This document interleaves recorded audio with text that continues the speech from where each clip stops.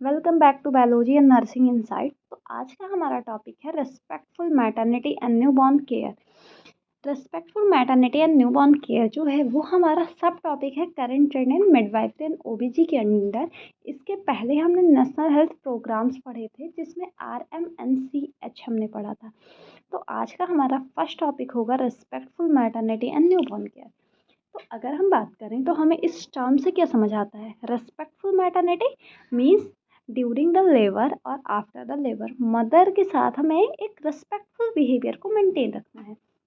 अब respectful behaviour का मतलब सिर्फ इतना ही नहीं है कि हमें उन्हें रेस्पेक्टफुली ट्रीट करना है, नहीं, हमें उनके डिग्निटी को, उनकी इक्वालिटी को, उनके रेस्पेक्ट को मेंटेन करना है। ये हमारी रेस्पेक्टफुल मैटरनिटी केयर है। यहाँ पे न्यू बॉर्न जो है वो हमारा रिसेंटली ऐड हुआ। इसके पहले हमारा रेस्पेक्टफुल मैटरनिटी केयर ही होता था, बट अब यहाँ न्यू बॉर्न केयर भी ऐड कर दिया गया है। न्यू बॉर्न केयर से ये मतलब है क्योंकि यहाँ पे हमारी ब्रेस्ट फीडिंग को भी हम इन्हेंस करते हैं, जो बेबी और मदर के बीच की बॉन्डिंग होती है वो भी इसके थ्रू इन्हेंस होती है, तो इसलिए हमने यहाँ पे न्यू बॉर्न केयर को भी ऐड ऑन किया है। तो चलिए स्टार्ट करते हैं हमारा इंट्रोडक्शन का पोर्शन। तो respectful maternity and newborn care efforts to improve maternal neonatal outcome and ensure that care is central around dignity, respect and equality. Respectful maternity and newborn care क्या है, ये effort करता है कि जो maternal और new natal care के outcomes हैं वो इम्प्रूव हों और जो हमारी केयर है वो डिग्निटी, रेस्पेक्ट और इक्वालिटी के लिए वर्क करे। देन सेकंड जो पॉइंट हमारा है कि ये अप्रोच जो है वो फोकस करती है जो वोमेन और न्यू बॉर्न के राइट्स हैं उनको हम मेनली प्रोवाइड करवा पाएँ। सेफ्टी, एक जो फीमेल है उसे सेफ फील करवा पाएँ, सेंसिटिव हो वो फीमेल, और इमोशनली हम सपोर्टिव उसको केयर दे पाएँ। अब रिस्पेक्टफुल मैटरनिटी केयर की हमें नीड क्यों है, इसे हम गायनेकोलॉजी में क्यों पढ़ते हैं। हमने अपने समाज में देखा है आज भी जो बहुत सारी फीमेल्स हैं उनके साथ मिसबिहेवियर होता है, उनके साथ वायलेंस होते हैं, अब्यूज़ होते हैं, उन्हें बहुत ही गलत वे में ट्रीट किया जाता है। जैसे कि हमने डिलीवरी टाइम पे भी देखा है कि उन्हें बहुत ज़्यादा स्ट्रेस होता है या फैमिली उन्हें बहुत ज़्यादा कुछ चीज़ों को लेके फोर्स करती है, एज ए कि अगर पहले से उनको 3 लड़कियां हैं तो अगर इस बार हुई लड़की हुई तो उनकी फैमिली उन्हें छोड़ देगी या ऐसा कुछ।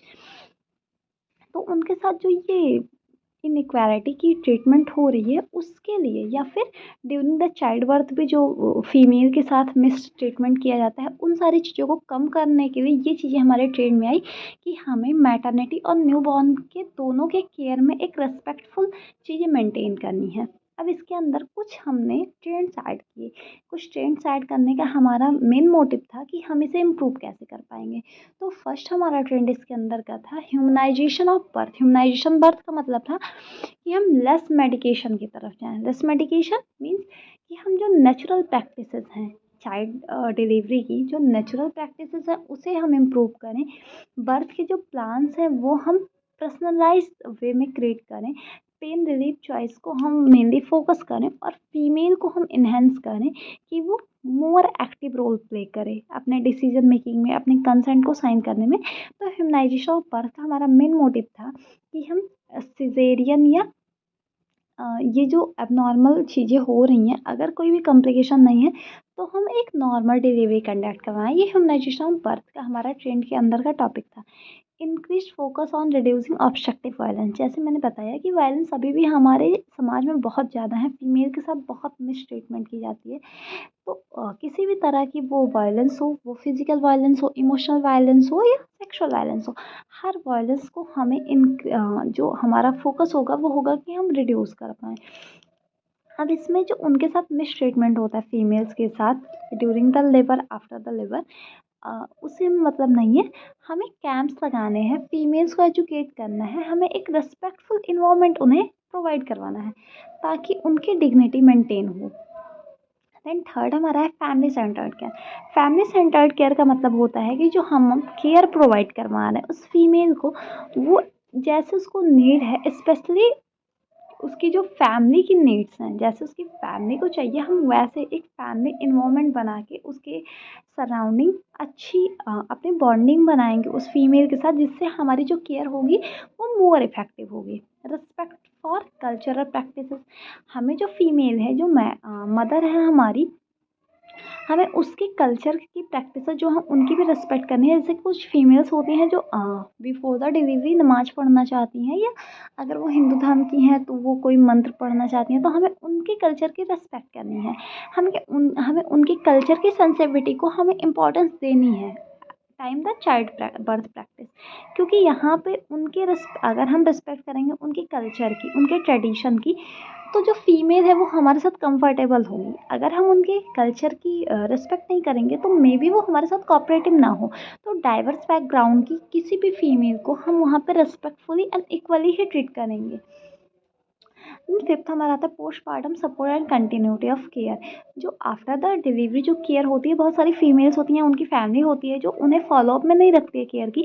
तो हमें इंश्योर करना है कि जो फीमेल है, हमें एजुकेट करना है कि वो पोस्टपार्टम पीरियड में भी फीमेल को कंटिन्यूस फॉलोअप में रखे। हमें एजुकेट करना है कि ब्रेस्ट फीडिंग कैसे करनी है, ब्रेस्ट फीडिंग को हमें सपोर्ट करना है, उसके पोजीशंस बताने हैं, हमें उसका ड्यूरेशन बताना है, सारी चीज़ें हमें मदर को एक्सप्लेन करनी है। ये हमारी respectful support and continuity of care है। यहाँ पे हम जो फीमेल की प्राइवेसी है उसे भी हम मेंटेन करते हैं। जैसे कि हमें अगर ब्रेस्ट फीडिंग के बारे में जो वोमेन है उसे एजुकेट करना है, तो हमें उसकी प्राइवेसी को भी मेंटेन रखते हुए चीज़ें करनी है।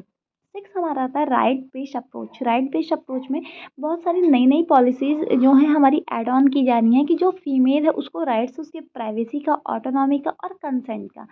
तो जो फीमेल है अगर वो अपनी प्राइवेसी को मेंटेन रखना चाहती है, या वैसे भी हमें किसी भी फीमेल की प्राइवेसी को मेंटेन रखना होता है, एक जो फीमेल है उसे कंसेंट, उसकी कंसेंट हमारे लिए बहुत नेसेसरी होती है। हम कोई भी प्रोसीजर करते हैं।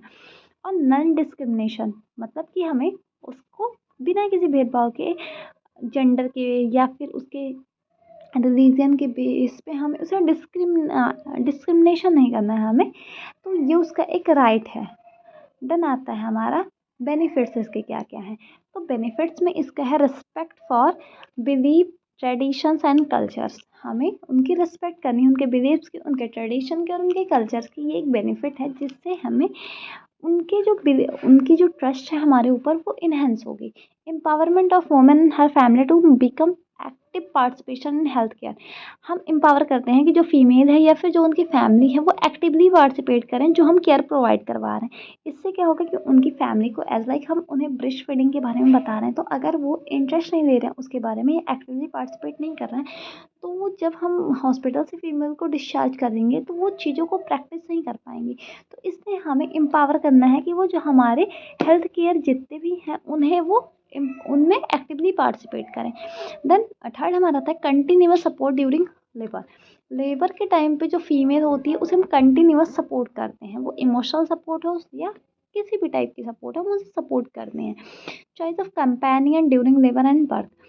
अभी के टाइम पे अगर अभी के ट्रेंड्स की हम बात करें तो हॉस्पिटल ने अलाउ कर दिया है कि फीमेल अगर चाहे तो लेबर या बर्थ के टाइम पे किसी भी अपने कंपेनियन को अपने साथ लेबर रूम में ले जा सकते हैं। कंपेनियन के उसमें फॉर्म में उसका हस्बैंड हो सकता है, उसकी मदर या उसकी कोई भी रिलेटिव हो सकता है जिसके साथ वो कंफर्टेबल फील कर सकती हो। The right of information and privacy. जो फीमेल है उसको राइट है कि उसे इन्फॉर्म किया जाए सारी चीज़ों के बारे में, अगर कोई कॉम्प्लिकेशन हो रहे हैं या फिर अगर उसे किसी भी मल्टीपल जो डिलीवरी के हमारे सिस्टम्स होते हैं उनके बारे में, तो उसे इन्फॉर्मेशन होना चाहिए। तो ये उसका राइट है। Freedom of movement during labour. Female होती है उसे फ्रीडम होती है कि लेबर के टाइम पे जो भी मूवमेंट हो रहे हैं उसके लिए उसे फ्रीडम होती है। Choice of position during the birth. During the birth क्या पोजीशन होनी चाहिए वो भी फीमेल की चॉइस होती है। Good communication between client and provider. जो फीमेल और जो प्रोवाइडर है हमारा, जो प्रोवाइडर मीन्स जो वहाँ पे डिलीवरी को कंडक्ट करवाएं, उनके बीच में एक गुड कम्युनिकेशन होता है। ये भी एक बेनिफिट्स ही है हमारा। Support of the mother and baby pair. Mother और बेबी के पेयर में या उनके बॉन्डिंग में हम सपोर्ट प्रोवाइड करवा रहे हैं, तो ये भी हमारा एक बेनिफिट्स है। Improvement of working condition, respectful collaborative relation among all cadres of health worker. Improve कर रहे हैं हम यहाँ पे कि जो वर्किंग कंडीशन है या रिस्पेक्ट है फीमेल के लिए या उनके रिलेशनशिप के लिए, चाइल्ड और मदर के रिलेशनशिप के लिए, उसको हम इम्प्रूव करें। And prevention of disrespect and abuse and institutional violence against women. Prevent हम करते हैं कि फीमेल के साथ किसी भी तरह की डिसरिस्पेक्टफुल बिहेवियर ना हो या उसके साथ किसी भी तरह की डिस्क्रिमिनेशंस ना हो। और यहाँ पे हम वायलेंस के अगेंस्ट भी वोमेंस को चीज़ें एक्सप्लेन करते हैं कि कैसे वो अपने लिए स्टैंड ले सकती है और उसके क्या-क्या राइट्स हैं, जो कि वो अपने लिए बोल सकती है। तो ये सारा हमारा आता है respectful maternal and neonatal care के अंदर। फर्स्ट हम अगर बात करें तो पहले जो हम पढ़ते थे वो होता था सिर्फ हमारा रिस्पेक्टफुल मैटरनल केयर। बट अभी अगर हम बात करें तो हमने न्यूबॉर्न को भी ऐड कर दिया गया, क्योंकि यहाँ पे हमारा फोकस सिर्फ मैटरनल राइट्स पे नहीं है, यहाँ पे हमारा फोकस चाइल्ड के राइट्स पे भी है, जो कि न्यूबॉर्न है उसके राइट्स पे, उसकी डिग्निटी पे और उसके नीड्स पे भी हमारा बेस है। तो इसीलिए यहाँ पे हमारा जो टॉपिक है चाइल्ड और मदर दोनों के लिए है। होप आपको वीडियो अच्छी लगी हो। लाइक करें, शेयर करें, सब्सक्राइब करना ना भूलें। Thank you.